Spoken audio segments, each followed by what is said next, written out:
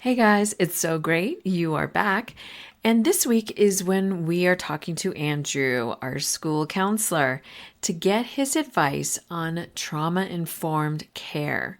How can we really be showing that trauma informed care in the classroom? So, Andrew is going to go over what does that look like? Connectedness, empathy, self care, watching for signs of change in behavior. So listen in. You're not going to want to miss a thing. But before we get started, I want to encourage you, if you have not signed up yet, for the Transform Your Student Behavior workshop. Because can you imagine if your students knew what to do when they knew their behavior was starting to get out of control, or they began to get frustrated, irritated? What can they do without having to ask you every single time? So this is a reminder, what are our strategies really trying to do? We're really trying to transform, improve your student behavior so that they are ready to learn and ready to be engaged in your class. So check out the link in the show notes and sign up today. Welcome to Behavior Strategies for Class. I am Diane Bachman, your behavior paraprofessional with over 15 years of experience working in special education.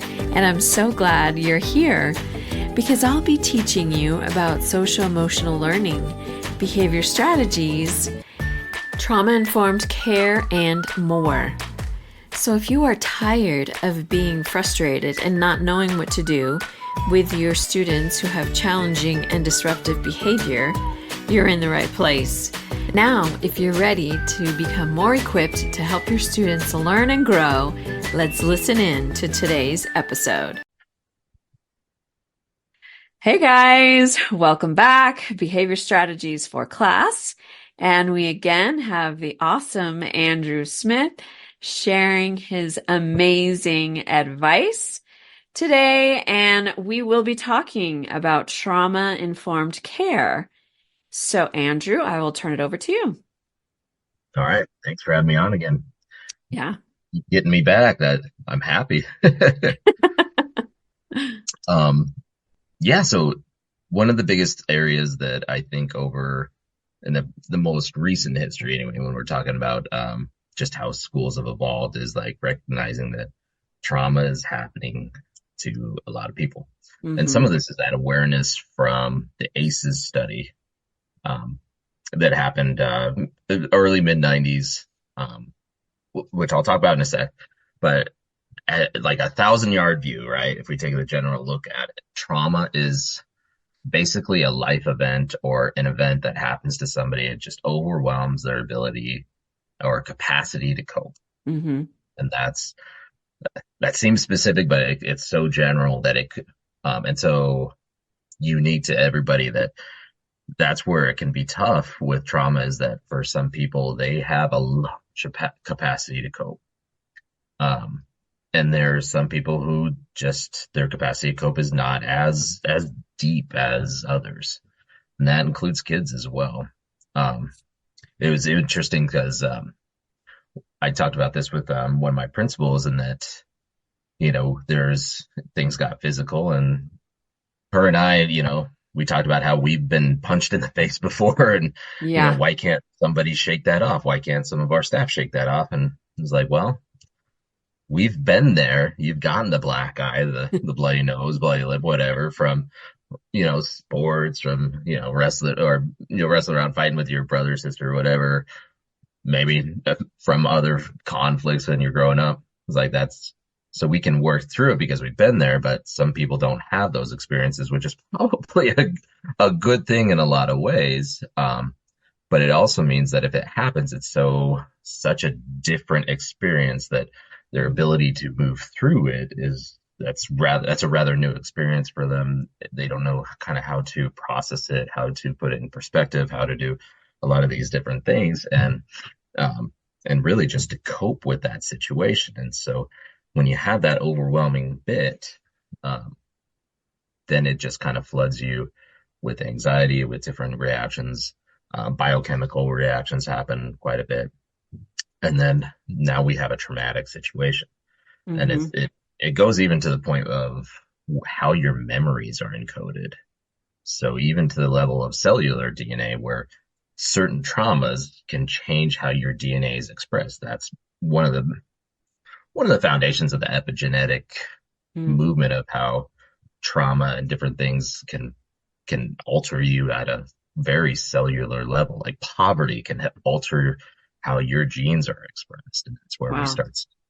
Yeah, it's crazy about how we'll see just different cancers, different health issues start boiling up, and it seems like all of a sudden it just kind of exploded out of, on on one set of like family where it wasn't there before. Mm-hmm. It also has a huge effect on mental health, obviously.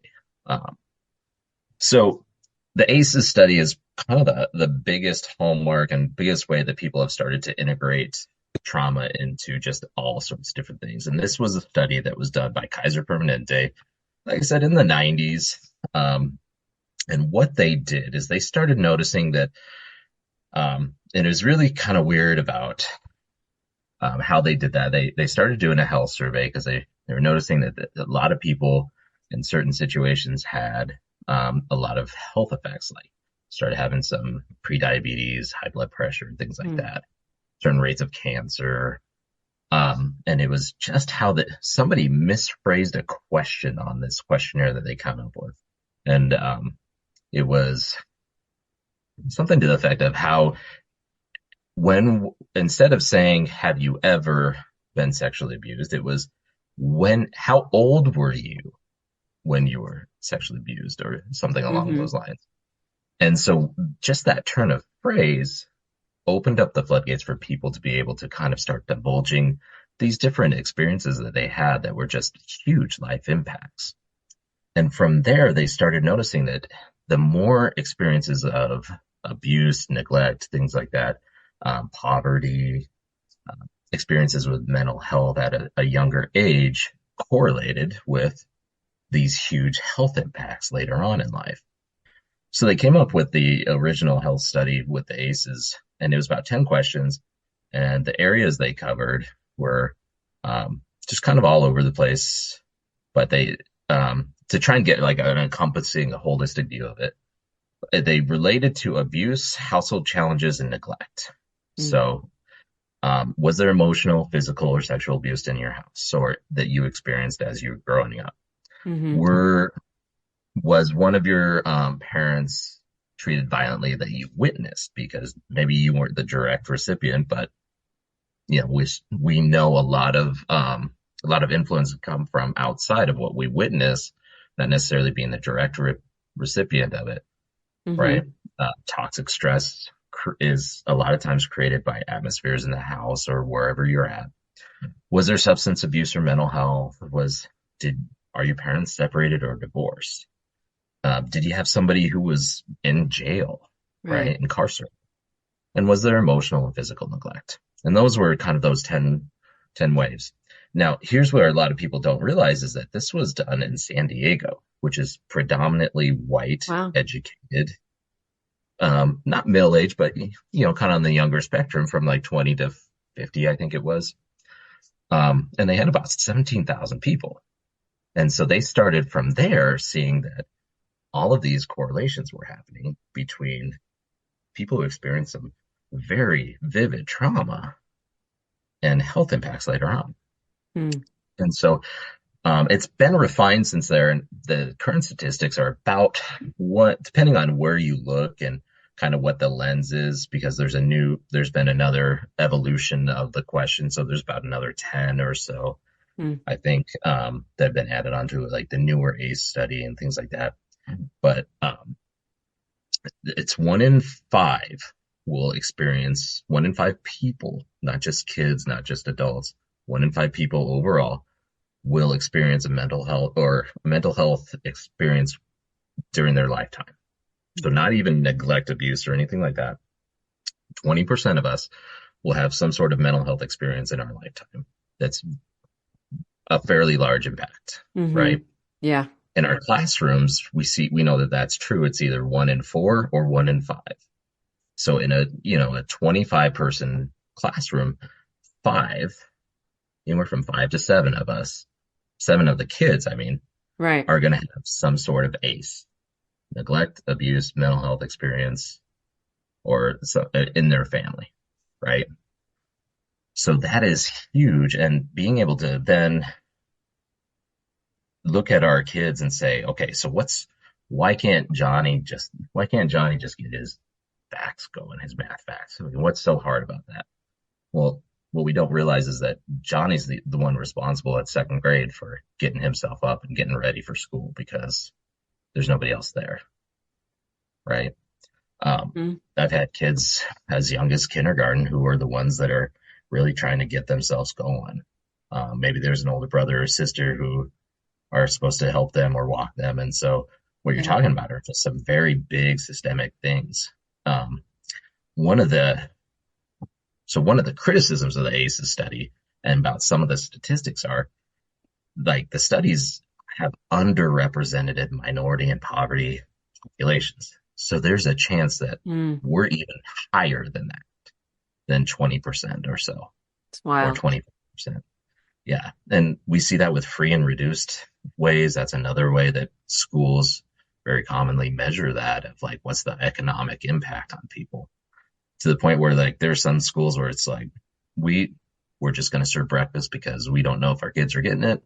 So we're just going to make sure that they get something. They're going to get 2 squares a day while they're with us that they can count on, and we'll send some snacks home.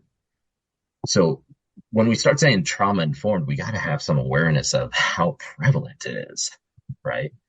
And just how widespread all of this, not just the prevalence of like where it's being exhibited, where it's coming out as, um, but how often, how common is this? And that's hard to know, but we have this at least basis to go from some of these studies.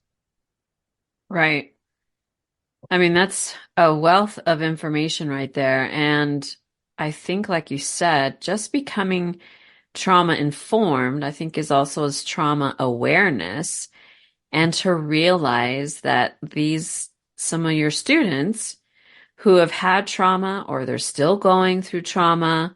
I know one of the other ones that some of our kids, a parent is dying from cancer. We've had some students deal with that, or homelessness. All of these things affect your student and how they behave in your classroom, and are they engaging? And you can only imagine, I can't even imagine just being in class, not knowing, like, where are we sleeping tonight? Am I gonna get dinner tonight? Do we have to go back to the shelter?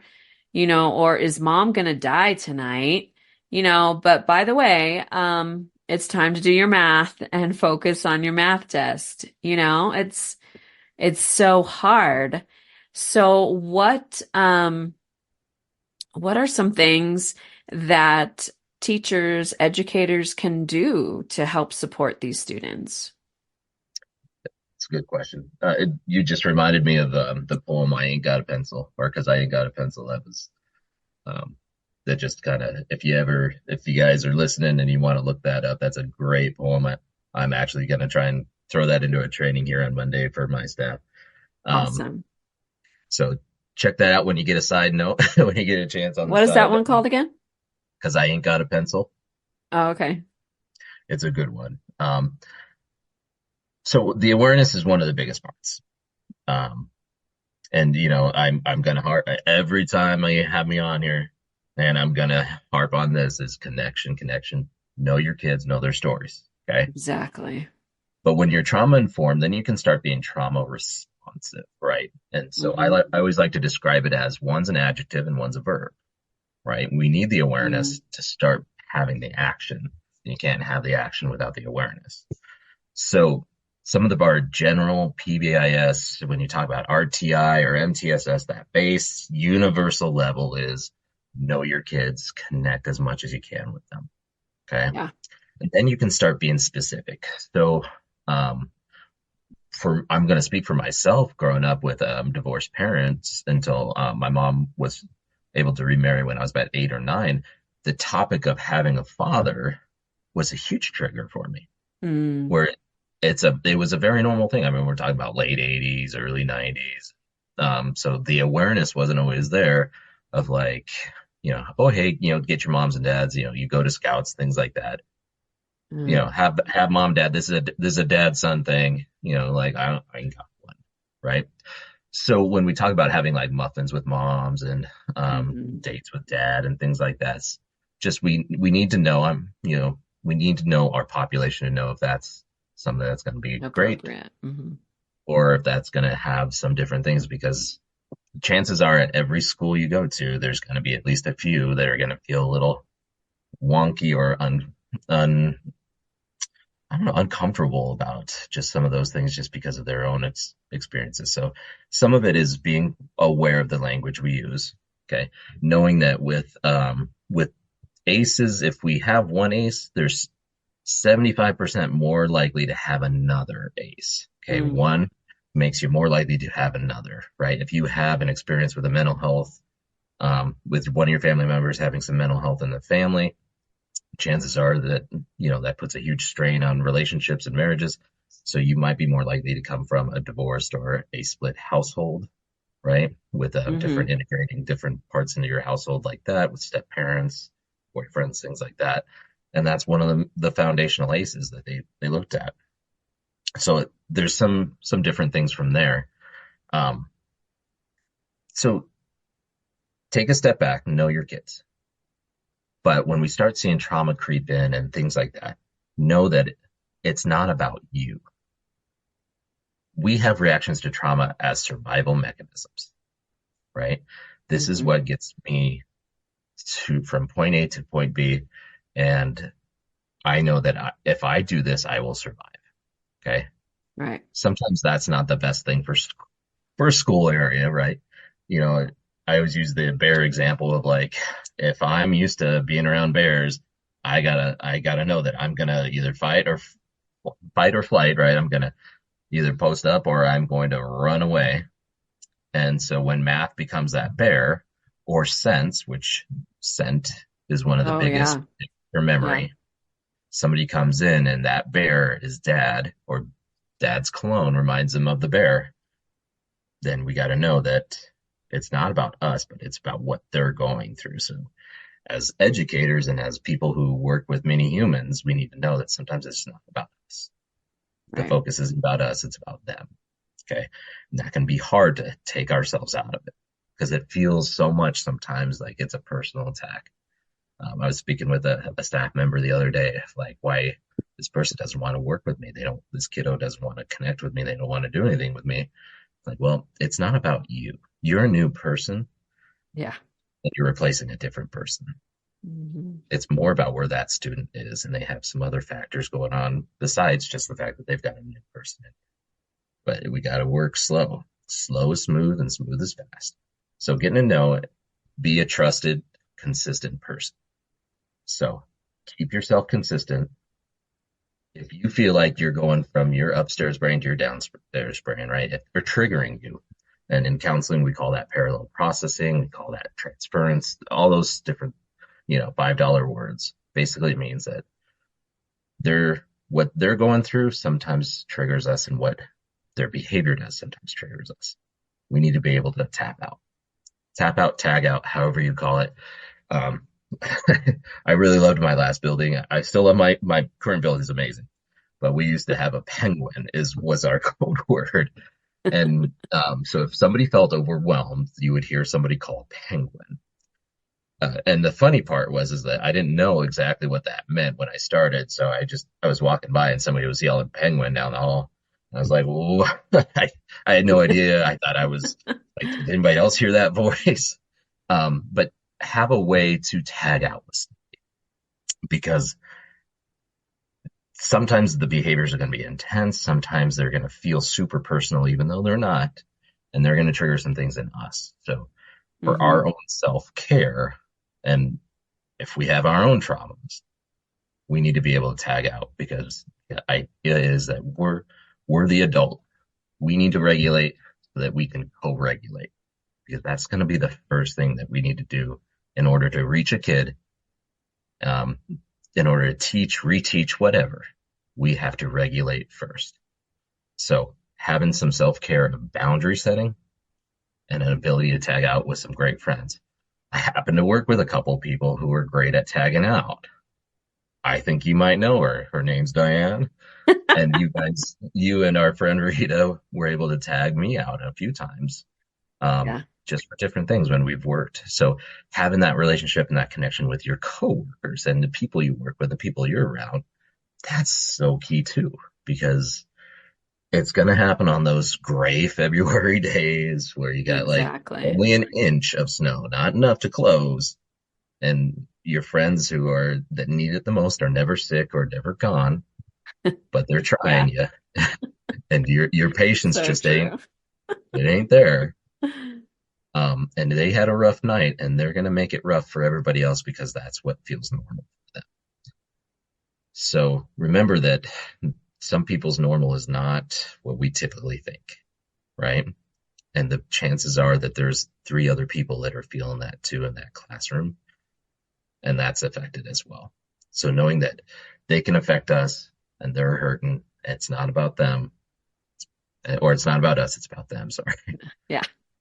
So those are just so many different things that you can do right there. And that's even before we start teaching or reteaching any behaviors, that awareness to create that response. Uh, I always talk about empathy as Hmm. well, and it's all, kind of mingled and like interwoven. But empathy starts with respect. You don't give somebody respect unless you know them. But once you know them, you're more likely to give them respect, more likely to give empathy after that. So being able to kind of use all of those different tools from an SEL sense, an emotional IQ sense, Hmm. that helps you start just connecting more, being effective too, but also keeping yourself safe, right? You can lose yourself in somebody else's problems and somebody else's trauma, and it doesn't feel good at that point. And if you're burning yourself out that way, you're not going to be effective for all the other many humans that you're working with and your staff that you're there with too. Yeah, I think that's totally huge, is not taking it personally. Um, and that relationship and connection takes time. That reminds me of one of our third grade students who, I mean, he, excuse me, just lost it in one of the third grade classrooms, and he just trashed that whole room. And I can remember after he left, we went back in, of course, to help clean up, and other teachers and educator were like, "Well, I can't believe he did this. I can't believe he did this. What's wrong with it?" I'm like, "Whoa, whoa. You need to think about like what happened to that student to make him react like this." It's so easy to just be like, "Well, something's wrong with Johnny and that's just the way he is." Like why bother? Or I've heard that, well, I've tried to connect, but we're just not connecting. And it's like, well, how many times have you, tried to connect or maybe had lunch with that student or, you know, just like behavior strategies, you can't just do one and be like, well, that didn't work. You tried it once, it's the same thing. Like you have to be consistent, showing up, showing them that you care. And granted, connections happen all throughout the day. They don't necessarily have to be, you spend an hour with Johnny at lunch, now I've connected. It's all day. It's that, encouragement. It's that smile. It's the way you greet them in the morning. Like we just can't reiterate this enough. I think, like you said, it comes back to connection. It comes back to relationship and building that for them because for a lot of students or for some, you are their second home. You are maybe even their first home, their first family, when they come to school. You are their safe place. And so being able to greet them, encourage them, um, And then, then you go into the academics, like, okay, well, you notice they're struggling here. Then you put in those interventions, with reading, with writing, all of those things. And again, I know we're not therapists. I get that. And I know some that's not my job. That's not my job. Mm. Right now, it kind of is because these students are in your classroom and they're hurting and they're not going to get any of your academics that you're teaching until you take those moments to, again, let them be seen, heard, and valued while they're in your classroom. So my next question um, would be, what would be a couple signs that students may have for teachers to be like, oh, to kind of get your antenna up. Now you kind of have some ideas of what trauma is, and now you're seeing a couple students display um, different behaviors. So, what would be a couple signs of students who maybe have had traumatic or maybe are going through traumatic events? Yeah, no, great question. And as everything with a kid, it's going to be a maybe, right? Um, and the reason why I said that is because with kids, sometimes there's only one way it's coming out, but there can be many different ways it comes about. Mm-hmm. Um, and what the classic example is when you have somebody who has what a lot of people would call ADHD-like behavior. They're Mm-hmm. hyperactive. They're kind of going from friend to friend to friend. They're always blurting. They're showing impulsivity. They're always looking around the room. They can't seem to concentrate. So um, one of the biggest things is the hyper awareness that comes from trauma, especially with when we have abuse cases, Mm-hmm. because they are these kids are amazing. They are the kids that have the BS meter of Yeah, it's so top notch true. because they know how to read people because that's their survival mechanism. Yeah. So they know that they get the whiff of, I don't know, cologne, cigar smoke, they use, anything like that. And they know that they're in the environment where they've got to be survival based. They're Mm-hmm. not working with their wizard brain. They've retreated back. And that isn't always something that has an apparent trigger or an apparent outward sign. But what they'll start doing is um, they'll start being able to like start reading and not being able to focus on any content because that's not what's going to keep them safe. Um, so that hyper awareness is sometimes can look like that ADHD like symptoms of not being able to focus, going all over the place, talking, impulsivity. A lot of people think that it's just that shy, withdrawn, and that can be some signs. Absolutely, if you see a large change in affect, really. Mm-hmm. So what that can be, that gray part of me saying that is maybe you had a kiddo who was a fairly outgoing kid, and all of a sudden they've had this huge change, and they're not outgoing anymore. They're not seeking their friends out. Sometimes it's changes in sleep. With kids, sleep factors are one of the biggest parts, and diet factors, right? Because they can't Mm-hmm. control so many things in their life. They're going to exert control over certain things. Right. And generally, what we say is what comes in and what goes out. Okay. So with food factors controlling, you'll see some different changes with how much they eat or what they eat or whether they eat or not. Mm-hmm. And then if there's any bathrooming issues, things like that can happen. And it doesn't have to be little kids. Yeah. There can be kids that are older than that. One of the treatments, sometimes for encopresis, where there's it works with stool and different things like that, is going to therapy because of possible traumatic experiences and triggers, right? Um, that's also with IBS for some people as well when we get older.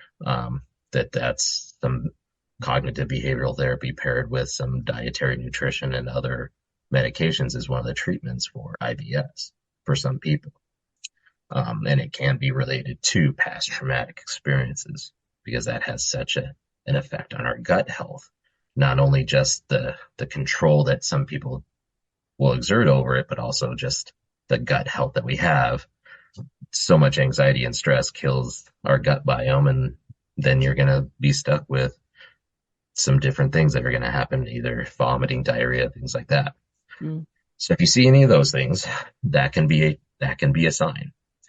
Stealing can be a sign, right? They're exerting control over what they want in their environment in any way they can.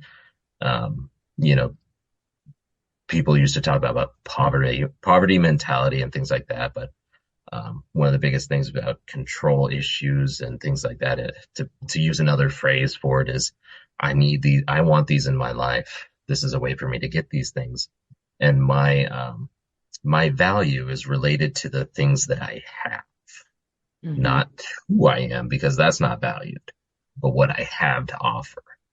And mm, so you'll start seeing some different things about latching on to different items, always having items, bringing items in. So those are a few different signs of that.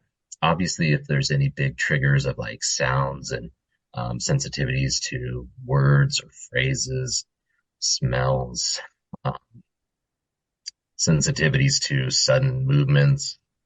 mm-hmm, We had a kiddo who um, the worked with him and the brother in a treatment center situation, and anytime there was anything that happened kind of in that somewhat periphery of his vision, mm-hmm, there'd be a huge instinctual reaction to cover. We've had others where some nonverbal friends I've worked with, if there's any sort of loud whining noises or loud yelling because mm-hmm, of some sibling interactions that were not healthy, um, we would see an increase in behaviors that way. And since they were nonverbal, we couldn't get any sort of pre-warning other than we would start seeing amplified behavior. There's a lot of anxiety that came out as running around, climbing things, because if I can run away from it, if I can climb things, then I can get away. yeah, So, but I would say, if you wanted a general rule, has there been a large change in behavior? Has mm-hmm, it gone kind of flipped 180, or like, Susie's just feeling a little off today. I wonder what's going on. And the last 3 days they've been kind of off and on and roller coastery or anything like that. Um, Absences are a big deal too. That's one of the reasons why we track absences so much. Is some kids, they said they're responsible for getting there, um, whether they're in high school or even down to like kindergarten or first grade. mm-hmm, Sometimes they're responsible for getting up and getting them to school themselves, and hopefully they're wearing clean stuff and have some food with them. Um, so there's just so many factors, um, and just to kind of reach out to your point, it shouldn't be our jobs, right? But that's kind of how it's landed. Going through my doctorate program and some of the research I've been looking at is um, people's experience with mental health, not just any sort of experience. And the number one factor is the only the only time people can get exposed for some is through the school system. mm, That's their one and only sometimes yeah, exposure to any sort of mental health is through the school system, and it's just not enough. It's not what we're supposed to be there for, but we can either expect people to move to where we are, which sometimes doesn't really work in my experience, personally speaking, or no, we can meet where they're at. And your kids are showing up every day. yeah, It's sometimes it's on me to meet them where they're at. It really is. Because if they could meet me where I was at, they people would usually do that long ago. That wouldn't be the first that wouldn't be the problem if it wasn't a problem, right? So yeah, that's and what I then like. you'd be out of a job. Yeah, that'd probably be a good thing that I'd be out of job, right? Yeah, yeah, So just any sort of drastic change in behavior and those kind of areas that we just talked about are some different ways to kind of keep your spidey sense going if you're just not getting a good feeling. And most teachers I work with have a great spidey sense. They may not be able to kind of like squeeze it out right at the moment, but they know. yeah. Yeah, I agree. And, the change in behavior, like that's for real. I worked with fourth grade class and it was exactly that. He was like the class clown. He was always interacting with everyone, talking with everyone. And one day when I was in there, like he is just so quiet. He's sullen, he's like sunken in his chair. And I'm like, what is going on? And so, I actually called him outside and I was like, what's happening? And I mean, he actually talked about hurting himself. And I was like, all right, this is not good. And so I went and talked to the amazing Carrie Manzo. And and she's like, yeah, she's like, if you can, just dig a little bit deeper and we'll see where we go from there. And thankfully, I had already kind of built that relationship with him. So I wasn't, and not that I spent a ton of time with him, but he knew who I was. He knew I, cared about him. And so he was able to share that his parents were going through a divorce. He wasn't sure, who he was going to be with. And so then, of course, Manzo came in and they actually called parents and were able to really just let him express himself to his parents because, of course, that's hard, when they're going through divorce and parents are kind of like trying to figure out their own stuff, let alone like, oh yeah, how do you feel? And I mean, I haven't been through a divorce, but I'm assuming, that's just kind of the way it is. Kids kind of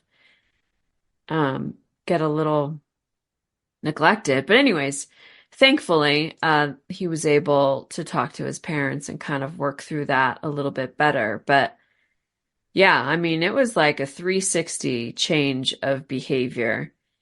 So that's totally for real.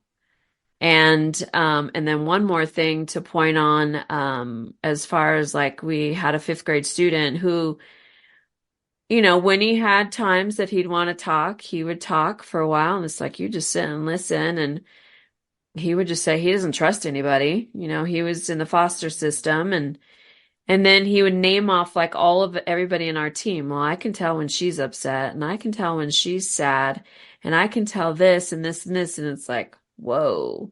Like again, you don't realize like they really are watching us and listening to us.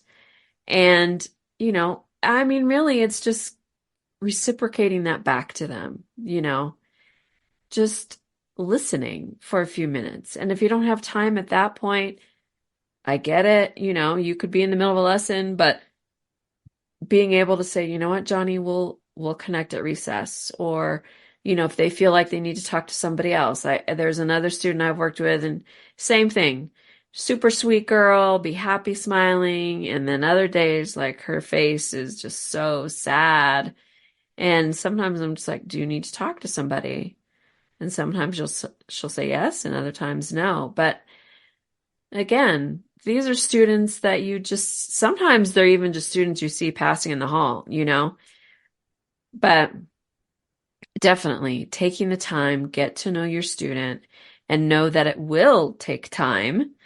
Again, on another thing is students who've been through trauma and they've had the adults in their life who have totally screwed up, to say, um, they're not going to trust you. They're not going to come running to you right away. Like that takes time to build trust for them to know you are a person of your word. And so again, just be patient, show grace, share a smile. I mean, those things just go so far. So, Mr. Andrew, any last amazing advice that you would like to share with us? Oh, geez. Um, be kind and just know it's okay not to be okay for the students and for you. And if anything, take a step back and say, is this if is what I'm saying because they need something, because what's happened to them, right? And if it's a need, is it emotional? Is it physical? Is it relational? Is it need for control? Hmm. Um, and just know that you know, put your own gas mask or put your own mask, not your own gas mask on, put your own mask on first. Yeah, And that's a whole nother problem. Uh-huh. yeah, that's a horse of a different color right there. And just know that it investing is in kids is always a good thing. You're always going to get a return. It may not be right away, but some Yeah, kids, their problems and the things that have happened to them did not happen right away either. So for us to think that it's going to happen the next day, that'd be that'd be a lot for any of us, let alone for right, many human who things are happening to, not because. So right, that's so keep yourselves safe and healthy. Know that behavior is communication of some need, and that investing is in kids is always going to be a good thing. And that's all the wisdom I got, I think. And I stole a few. Well, it's awesome and amazing. And how many other A words can I come up with? But we do appreciate you being here again, Andrew, and we look forward to your awesome advice for next month. We'll And see what we did there. hopefully we will have my PIC here, Rita, shout out. And thanks again, Andrew. My pleasure. Thanks for having me. Always a pleasure to come on here. Thanks.